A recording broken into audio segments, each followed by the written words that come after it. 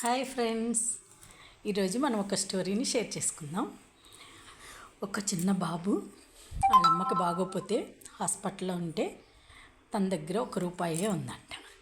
ఆ రూపాయిని పట్టుకొని వెళ్ళి ఒక షాప్లో నాకు దేవుడు కావాలి, ₹1 తీసుకొని దేవుడిని ఇస్తారా అని అడిగాడంట.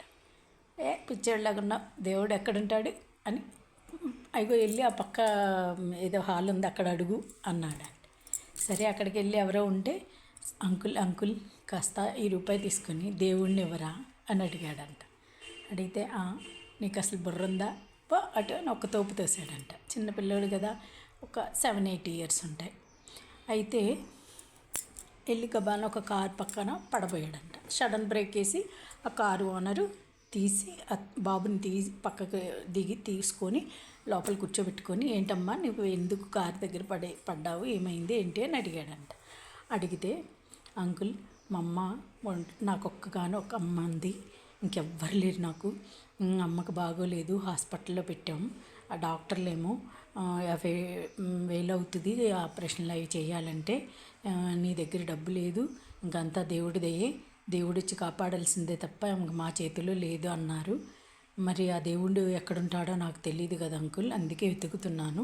నా దగ్గర ₹1 ఉంది అంకుల్, ₹1 తీసుకొని దేవుడిని నాకు చూపించరా, దేవుడు ఎక్కడున్నాడో పిలవరా అని అడిగాడంట. అడిగితే కార్లు ఓనరు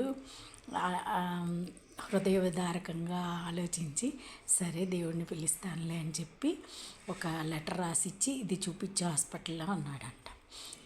ఆ హాస్పిటల్ ఓనరు, ఆ కారు ఓనరు ఒక్కడే అవటం ఆ పిల్లోడు అదృష్టం. దేవుడి కోసం వెతుకుతుంటే చూసారా, దేవుడు ఏదో ఒక రూపంలో వస్తాడు. ఆ విశ్వాసం ఆ చిన్న బాబుకి అసలు దేవుడు అంటే ఎవరో తెలీదు, ఎలా కమిట్ అవ్వాలో తెలీదు, కానీ అడుగుతూ ప్రయత్నం అయితే చేశాడు. దాంతో అతనే హాస్పిటల్ ఆర్గనైజర్ అవ్వటం వల్ల వాళ్ళ అమ్మకి ఫ్రీ ట్రీట్మెంట్ చేయించారు. ఆ బాబు ప్రయత్నం లోపం లేకుండా భగవంతుడికి మనము థ్యాంక్స్ చెప్దాం, విశ్వానికి థ్యాంక్స్ చెప్దాం. బాబు ఎంత చిన్నాడైనా ప్రయత్నం లోపం లేకుండా అమ్మ కోసం ప్రయత్నించాడు.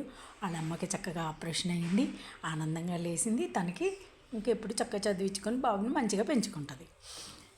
Thank God, thank you universe.